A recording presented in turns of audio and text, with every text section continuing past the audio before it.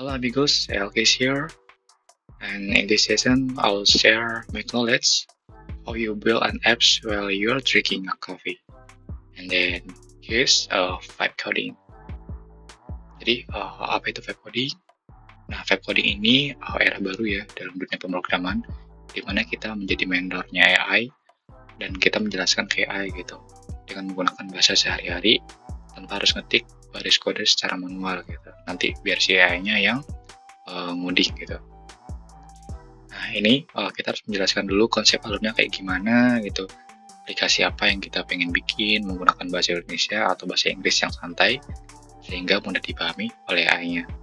Nanti ketika kita sudah ngasih instruksi, nah si AI ini yang bakal bekerja ya di balik layar secara otomatis nge-execute atau mengerjakan perintah yang udah kita tulis nih, dan dia bakal ngoding sesuai dengan apa yang kita jelasin. Nah, terus setelah itu kita bisa evaluasi atau edit gitu. Nah, di sini kita sebagai mandor ya, kita tentunya harus mengevaluasi dong apa yang AI-nya itu generate, apa yang AI-nya itu bikin, apakah udah sesuai dengan apa yang kita ingin gitu. Oke, this the why. Ini masalah yang diselesaikan sama si vibe coding ini ya. Jadi kita punya rasa frustasi ya, coding tradisional yang menghambat kreativitas kita gitu. Nah, apa aja yang coding tradisional yang menghambat gitu, misalnya kayak syntax error gitu. Kita ngabisin banyak energi nih membuat nyari dan benerin gitu kesalahan tanda baca atau tulisan kode sepele, terus dokumentasi yang rumit gitu kan. Kita capek banget baca-baca dokumentasi yang rumit, dan kadang kita harus baca setumpukan dari dokumen teknis ya yang panjang dari dokumentasi resmi atau dari Stack Overflow, kita nyari-nyari di sana gitu. Terus ya tentu saja hal teknis yang menyita waktu ya. Jadi waktu berharga kita kadang tuh habis sia-sia gitu buat ngurus konfigurasi, setup teknis gitu pada awal-awal kita membuat aplikasi. Nah, ini mindsetnya jadi fokus on output, not syntax gitu kan. Jadi gimana sih vibe coding ini ngebebasin kreativitas tanpa terhambat hafalan sintaks gitu. Jadi di sini ada pergeseran paradigma ya. Jadi dari sekedar kita menjadi penulis gitu, nah kita bertransformasi sepenuhnya menjadi seorang arsitek ya atau mandor yang berfokus pada pemecahan masalah. Nah, di sini tentunya kita memiliki kebebasan berkreasi ya. Kita bebas nge-share ide kita, kreativitas kita gitu kan, tanpa terhambat atau misalkan kita lagi pengen bikin sesuatu ide yang kita belum bisa gitu bikin gitu. Nah, ini ngebikin kita more kreatif ya. And then tooling and tech stack yang digunakan sebenarnya di era sekarang ya sudah banyak AI coding assistant yang mendukung aktivitas vibe coding gitu secara instan. Contohnya ini ada beberapa, jadi dari Google Canvas, Firebase Studio, Google AI Studio, Anti-Gravity, Kiro, dan lain sebagainya. Nah, di sini vibe coding atau agent AI itself ya, dia bukan sekedar tools, tapi jadi partner kita. Nah, alih-alih kita punya teman manusia gitu, yang dimana teman manusia itu nggak selalu bisa nemenin kita ketika kita kerja gitu. Nah, ini adalah sebuah AI ya, agentic AI. Dia siap menemenin kita kapan aja, kapanpun kita mau kerja atau mau bikin sesuatu gitu, dia bisa nemenin kita. And then sini ada workflow-nya, cara kita vibing dengan AI gitu. Ini ada beberapa langkah ya, ada 3 langkah taktis ya untuk kolaborasi secara mulus. Nah, yang pertama ada prototyping ya, jadi kita ngejelasin ide kita dalam bahasa manusia ke AI. Yang kedua iterasi gitu, bagaimana kita melakukan feedback loop dengan AI secara real time. Dan yang ketiga debugging tanpa stres. Tentunya kalau misalkan ada something error gitu di aplikasi kita, jadi kita nggak perlu cari manual lagi, kita nyuruh aja si AI-nya cari gitu, ini letak salahnya di mana gitu, nanti kita baca-baca lagi, nanti biarin si AI yang benerin gitu. Oke, jadi aplikasi sederhana apa aja sih yang bisa vibe coding ini bikin gitu, atau AI ini bikin? Nah, ini ada beberapa ya, ini contoh-contohnya dari Google AI Studio 2026 pada bulan Maret kemarin ya kalau nggak salah. Contoh-contohnya di sini ada retro arcade games, kita bisa bikin game retro, kita bisa bikin interaktif dashboard, kita bisa bikin utility produktivitas, personal portfolio website, custom media players, smart kalkulator, dan lain sebagainya. Nah, ini adalah beberapa contohnya. Di sini dikasih 10 contoh ya. Teman-teman pause saja videonya dan baca aja gitu apa aja yang bisa dibikin sama si vibe coding ini. Nah, ini ada beberapa fitur juga yang bisa kita implement ke aplikasi kita. Ini ada fitur-fitur AI. Misalkan kayak Anobana Power App, jadi kita bisa bikin aplikasi yang nge-generate gambar gitu. Terus analis image, misalkan kita punya aplikasi laporan keuangan ya contohnya. Terus kita punya struk belanja nih. Nah, nanti kita tinggal foto aja struk belanjanya, nanti di-analyze image-nya, nanti dimasukin pengeluaran kita hari ini apa aja gitu. Terus ada generate speech, intelligent, transcript audio, fast AI, dan lain sebagainya. Ini yang sering dipakai si AI powered chatbot ya. Jadi banyak orang yang sekarang yang bikin dummy project gitu, bikin chatbot. Ya, chatbotnya apa aja, bisa secara general atau secara spesifik gitu. Oke, and then how to make a powerful prompt ya. Di sini ada panduan gimana kita bikin prompt yang bagus ya. Jadi alih-alih kita nulis prompt, buatkan saya aplikasi untuk melacak laporan keuangan gitu misalnya. Nah, sebenarnya itu bukan prompt yang jelek ya, itu good prompt karena kita udah ngejelasin kita pengen bikin apa gitu. Tapi akan lebih bagus lagi, akan menjadi powerful gitu prompt kita kalau kita bagi-bagi promptnya menjadi beberapa bagian gitu. Yang pertama, kita kasih peran ke dia. Kita kasih peran si AI-nya atau agentic modelnya. Nah, setelah itu kita tentu ini tujuan kita tuh mau ngapain gitu setelah kita ngasih peran. Setelah kita ngasih tujuannya, kita jelasin kebutuhannya apa aja. Lalu yang keempat, kita butuh AI nggak gitu di aplikasi yang mau kita bikin, kita butuh AI nggak di situ. Kalau misalkan nggak, ya udah kita bilang nggak butuh gitu. Setelah yang kelima, kita buat vibe ya atau buat nuansa. Misalkan nuansanya pengen light mode gitu atau glass morphism dan lain sebagainya. Terus kalau misalkan kita punya referensi desain gimana gitu. Nah, di sini kita opsional ya, kita bisa tambahkan visualnya. Nah, jadi dari good prompt tadi ketika sudah di-convert ke beberapa bagian menjadi powerful prompt, jadinya kayak di sebelah kanan ini ya. Jadi kayak kita tentu dulu nih perannya kayak Anda adalah seorang pembuat software yang memprioritaskan pengalaman pengguna, itu untuk perannya. Lalu kita setting tujuannya nih, buatkan saya aplikasi yang membantu saya untuk melacak laporan keuangan pribadi. Nah, itu untuk tujuannya. Sekarang kita jelasin lebih detail. Kita mau bikin kayak gimana gitu. Nah, saya berencana untuk menggunakan setiap hari. Ini kayaknya ada yang salah ketik ya. Jadi saya berencana untuk menggunakannya setiap hari untuk melacak pemasukan dan pengeluaran keuangan gitu. Terus ngelompokin pengeluaran pemasukan dalam kategori dan mendapatkan ringkasan bulanan. Terus yang keempat, butuh AI nggak? Nah, di sini kebetulan dijelasin akan sangat bagus gitu untuk menggunakan AI dalam membantu inputan pengeluaran menggunakan foto struk belanja. Jadi AI-nya ini nanti bakalan membantu dalam nge-analyze ya foto yang kita upload jadi inputan gitu. Dia langsung otomatis inputin. Nah, terus buatkan vibe. Buatkan dengan nuansa glass morphism. Kalau teman-teman nggak tahu glass morphism itu apa, jadi ya kayak dia nuansanya kayak kaca gitu, kaca yang agak transparan gitu, itu glass morphism. Teman bisa nanti cek aja di ini ya, di Google gitu, banyak contoh-contohnya. Dan nuansanya apalagi selain glass morphism, macam-macam. Teman-teman nanti brainstorming aja sama AI-nya gitu.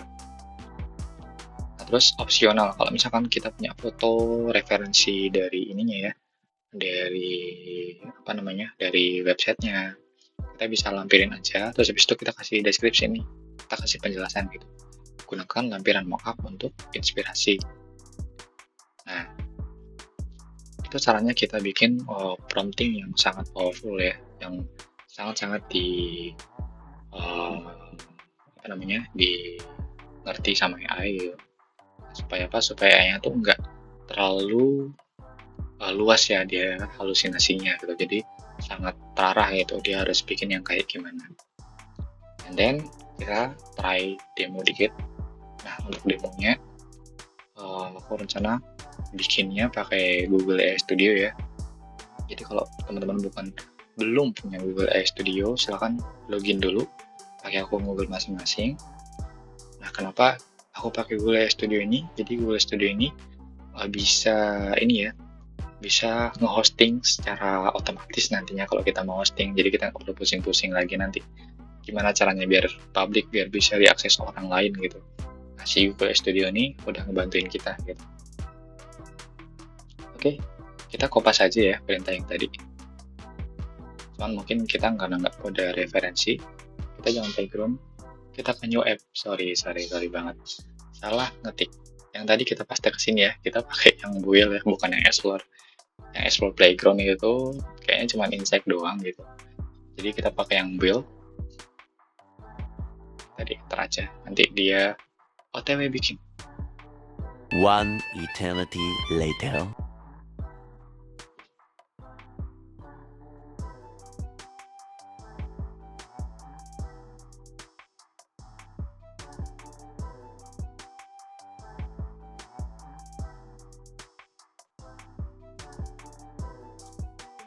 Oke, setelah beberapa menit, akhirnya jadi juga ya website aplikasi kita gitu. Jadi dia buat bikin aplikasi project awalnya dia butuh 350 detik. Dia ya bikin kayak gini, dia ngedesain, dia bikin fitur-fitur dan modul utamanya gitu. Terus habis itu dia ngimplementasi UI-nya ya, pakai Frosted Glass. Nah, dia berjalan sekitar 187 detik ya, buat bikin si UI barunya gitu. Dan ini tadi sempat ada something ya di akun aku yang satunya gitu. Kayaknya tokennya nggak limit gitu, karena kemarin aku nyoba sesuatu. Oke, jadi tadi akhirnya aku pakai akun lain dan aku prompting ulang gitu. Ya, pakai prompt yang sama, cuman ngubah di ini doang. Dari seorang pembuat aplikasi web itu doang gitu, yang diubah. Nah, biar lebih tertuju aja gitu. Kita kalau pengen bikin aplikasi web. Dan ya ini tampilannya dia pakai kelas Morphism gitu. And then ada uploadan struk juga di sini. Kita coba aja ya. Kita coba upload aja. Kebetulan tadi udah download struk belanja dari Google. Dia lagi analyzing ya. Di sini dia pakai model AI berapa nanti kita lihat codingannya. Di sini udah ada contohnya juga. Dia pakai data dummy dan tersimpannya di local storage dan ini ya, dan file JSON lokal. Nah, ini udah di ini ya. Udah dia inputin nama transaksi atau toko Indomaret, jumlah nominal 11 ini 110.900 gitu. Nah, ini ada belanja apa aja. Ini ada di minusin sama dia, banyak banget nih. Diskonnya juga dimasukin kayaknya. Oke, kita breakdown dulu ya. Ya bener nggak sih inputnya gitu. Nah, di sini totalnya 110.900 bener ya, 110.900. Ini mama jeruk 10.600 bener. Terus apa lagi nih? Terus ada kecap sedap kayaknya ini ya, 23.400 bener. Dan totalnya tuh 10.900. Ini udah bener banget, kategorinya belanja gitu. Dia udah otomatis masukin kategori juga, tanggalnya juga tanggal 28/12/2024. Coba kita lihat lagi. Oops, sorry, masuk sini ya. Dia struknya tanggal berapa ya? Tanggalnya mana sih? Ini. Ya, bener tanggal 28 bulan 12 tahun 2024. Oke, ini ada catatan opsional juga, belanja kebutuhan rumah tangga segala macam. Teman-teman juga kalau misalkan hasil analis AI-nya kurang akurat misalnya gitu, teman-teman tinggal diedit aja bisa gitu di sini. Oke, kita bisa simpan transaksinya dan otomatis transaksi kita yang baru aja kita masukin harusnya ada di sini. Coba kita ke pengeluaran. Nah, ini. Jadi kita udah bisa bikin aplikasi keuangan yang udah ada AI-nya buat nganalisa gambar struk kita gitu. Jadi ngebantu kita inputin ini ya, pengeluaran, karena kadang kita malas tuh inputin pengeluaran kita. Kalau ngetik satu-satu apalagi banyak gitu kita belanjanya, jadi kita nyuruh AI aja buat analis gambar kita, nanti dia yang inputin ke aplikasi pelacakan keuangan kita. Nah, kalau kita lihat ini kode-kodenya dia pakai TypeScript ya. ada index HTML juga, kayaknya buat ini doang, rootnya doang. Nah, ini ada bikin beberapa komponen, dan ya seperti itulah kira-kira kode yang dihasilkan dari vibe coding ini, yaitu tadi dia itu masih low code ya. Jadi kalau misalkan ya buat di masa depan gitu, ini gantiin developer atau enggak gitu. Terus aku rasa gitu, ini nggak akan menggantikan developer secara keseluruhan ya, karena AI ini perlu mandor gitu, dan mandornya ini harus ngerti gitu hal teknisnya. Kalau misalkan mandornya nggak ngerti, nanti bisa-bisa AI-nya itu salah bikin gitu. Apalagi misalkan ada case perusahaan kayak, aduh ini declare aja nih, kita udah ada AI gitu, nggak butuh developer lagi gitu, misalnya kayak gitu. Nah, I think ya itu kesalahan terbesar, karena si AI ini tetap butuh mandor, dan mandornya itu ya seorang developer gitu yang ngerti teknisnya secara mendalam. Karena kalau misalkan nggak ada developer yang ngarahin gitu, nanti AI-nya bisa tersesat, bisa halusinasi, yang dimana itu bakalan butuh makan token banyak gitu buat ngasilin sesuai ekspektasi, dan harga tokennya sendiri bisa jadi mahal gitu. Oke. Jadi menggantikan developer kayaknya untuk saat ini enggak ya, dan kedepannya juga enggak, karena tetap butuh developer menurut aku. Tapi kalau menurut teman-teman ini bakal ganti developer, silahkan komentar aja. Terus justru ini menurutku dia developer kreator era ya. Ini ngelahirin paradigma baru di mana setiap individu dapat berfokus penuh pada logika produk. Jadi developer sekarang dituntut nggak harus ngerti teknis ya, kita harus ngerti juga atau ya jadi seperti sistem analis ya, kita harus bisa ngarahin, atau kita bisa jadi project manager, kita ngarahin si AI-nya ini gimana cara dia eksekusi kode yang kita punya gitu secara benar dan akurat. Oke, terima kasih teman-teman yang udah mampir dan lihat tutorialnya sampai habis. Aku harap apa yang aku share hari ini itu membantu teman-teman ya.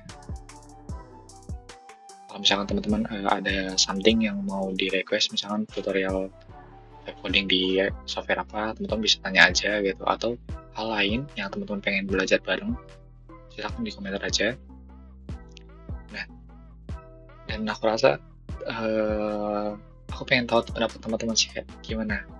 Teman-teman bisa coba sendiri dulu, terus komentar aja gimana menurut teman-teman vibe coding ini gitu. Apakah mempermudah teman-teman atau membantu teman-teman gitu, atau kayak gimana. Oke, ya aku rasa cukup untuk session ini. Sampai jumpa di session lainnya. Thank you.